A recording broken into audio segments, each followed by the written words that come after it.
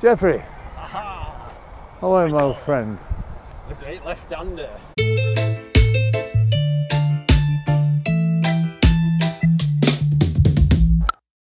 I don't think any of us could even imagine, even after several pints of Barnsley bitter, what would happen to us at all. I mean, it just... Well, you said on the, when we sat on the old pavilion upstairs, three of us together, and you said, I wonder what life holds for, and it's just amazing, isn't it? When you were young, I had an ambition, a drive to play, but I didn't know whether I was going to make it. It didn't matter how many buses I caught, trains or what, I just wanted to bat. But I never met anybody, Geoffrey, in any form of life who actually had the strength of ambition that you had to carry it through, and that's what you did. You became a great player. I mean, but you knew you were going to be that. You were going to be that. You were just, you know, by chance became an umpire. Aye. He was playing cricket down in the south, Torquay area. I was coaching it. And JJ Waugh.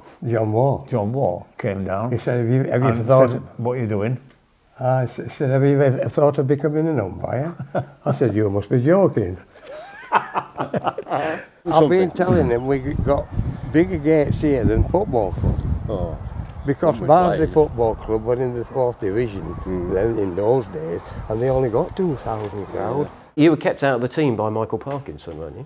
I was. When we got into the first team, the Yorkshire League, he was a very good left-handed bat, but when he came back, what were you doing? Working on the television a bit? No, I wasn't working on telly then, I was working on local papers. Right, but he came and played, so they had to drop me, and you got 100 against Harrogate. I did. I got to 100 with the 6 into the, do you remember the toilet, the gents' toilet? Yes, I do. And I went in the toilet, and out came my father holding the ball, because he couldn't bear to watch me at 96, so he went to the toilet and stayed there till the ball came through the roof. And I might tell you, another time, there was no first team match, and we played together against Monk Breton, and we bowled them out for not too many, and they thought, as you were a first teamer, you needed a knock, so instead of opening, they dropped me down. I didn't get a bat, and you bugger hogged the ball in. They did. And was Barnsley Cricket Club the heart of the community? There are lots of other clubs who didn't play in such a big league as Barnsley, weren't there? All played. Worsbridge Bridge, Rockingham, Woolley Colliery. I've just been to Woolley Colliery ground, he got me to the wrong place. He got me to the wrong place. I said, this is not bloody Barnsley. We came here because it was in the highest league. Oh dear. That's why, to further yourself. It was my uncle that brought me here. I remember you coming out to bat on that. I don't know, but rather sort of a gobby team we were playing, might like Sheffield or something like that, you know. And you were wearing the specs at the time. Yes, always. And there was this debate going on. One of their bowlers, another bowler, said, "We're sending out the specky four." I don't know. You would be about 16, I suppose. Yeah, 16, 17. And he bowled you a ball, this guy, just short of a length. And you went back, you put a beautiful back shot through the covers like that. Yeah. And I said, not bad for a specky four. Yeah, you had a good talent, great talent. It was obvious. You like batting too, that was the thing. I mean, most of us like batting, but you loved batting. Oh, I loved it. You did. I loved it more than anything in my life. No doubt at all about and that. And that didn't change, did it? No, didn't change even till my last innings. Good playing off the back foot, you. It was interesting being in the dressing room with you two, because you were quite obviously heading for a career in the game. Dickie arrived there obliquely. You always knew what you were going to do. When you were a kid, you knew.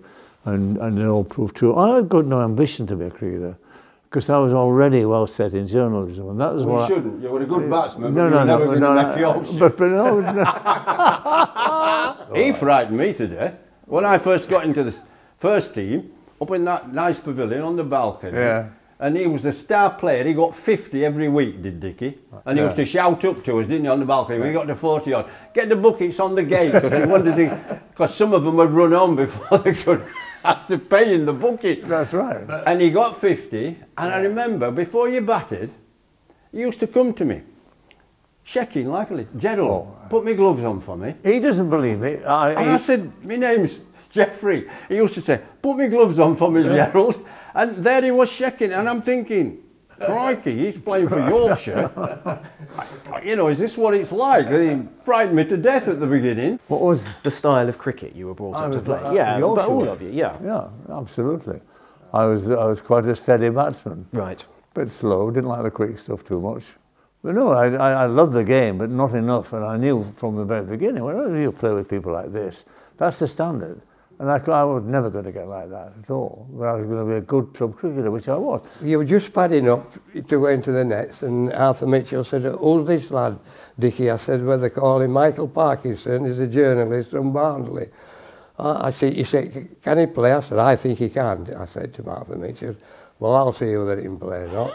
He said, so Michael went into the net, and he said, what did thou say he does for a living?" I said, "He's a journalist." "Well, they tell him from me to stick to journalism." And I said to him one day, I said, "Arthur, you were a bastard to us." Aye. And he just laughed. He said it didn't do thee any harm, did it? But what has got to? Yeah.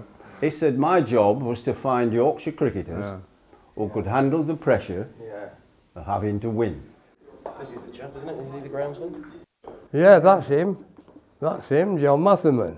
The county that we all adore and admire and nurture, all of us, I suppose, is in a deeper trouble than that about fitness of players. It's in a problem that would take awful lot of solving diplomatically, because the latest headlines about it, the latest reports from Yorkshire have been horrific. But the fact of the matter is, you know, because you fought it all your life, it's a very, very strange setup.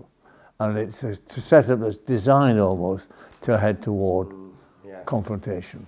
It's going to fail again, because he's decided that you're going to have only 2 people on the board from the members who can put up 2 people, and the rest he's just going to appoint, isn't he? About 8 of them.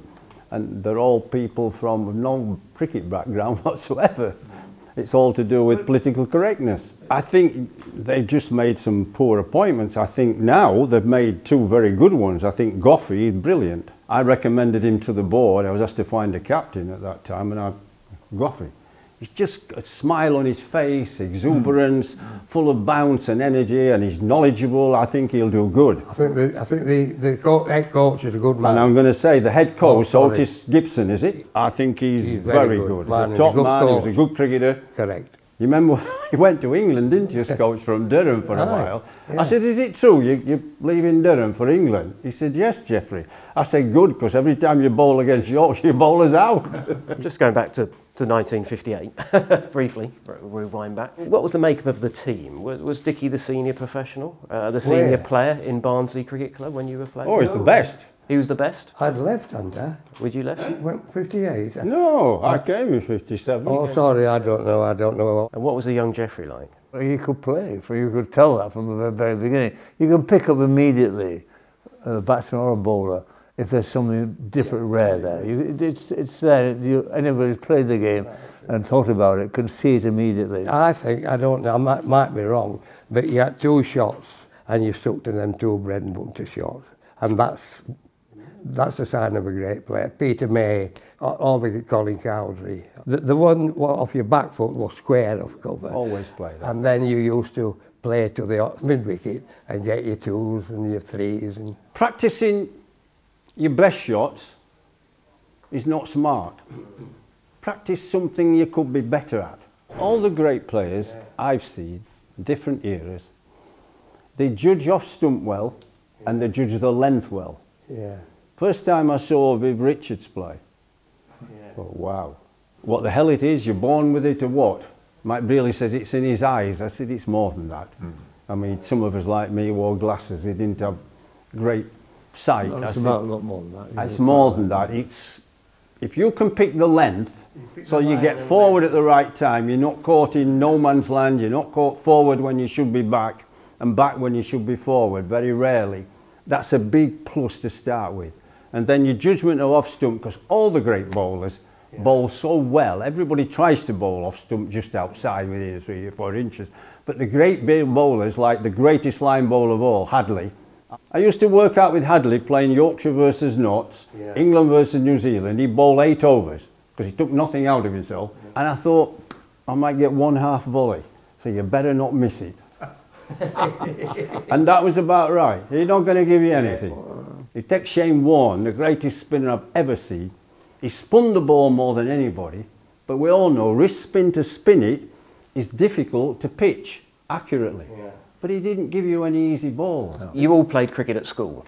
Yeah. Is that right? Yeah, aye. Which doesn't really happen now, does it? The kids are not playing cricket. They're not playing in secondary modern school, no. That's the problem. They don't only go out and practice and play, they don't have any competitive matches. Hardly ever in state schools. It's no good talking about these public schools, as we call them, the private schools. They're fantastic facilities and everything. But if you look at it, the high percentage of cricketers that make it to the top come from state school. They're not all public school boys, you know. Nothing wrong with that, but they're not all have had these private facilities and coaching. Fred Truman's, Brian Statham, they worked down the pit, Fred. Yeah. Bird and Parkinson. The thing is, they won't make it to the wicket. Oh dear. All of us were very lucky, weren't we? Because we had our dreams and one way out till they accomplished them, in a sense. So we've got that to be thankful for and to be nostalgic about a place like this. But I'm just proud to and overjoyed to be able to get together and chat to you like we used to chat before. And you know, we made the right choice, all of us. They were wonderful, wonderful memories. How did you get? I've no idea. I was only counting hundreds, me. That's all the look at. That's all the look at.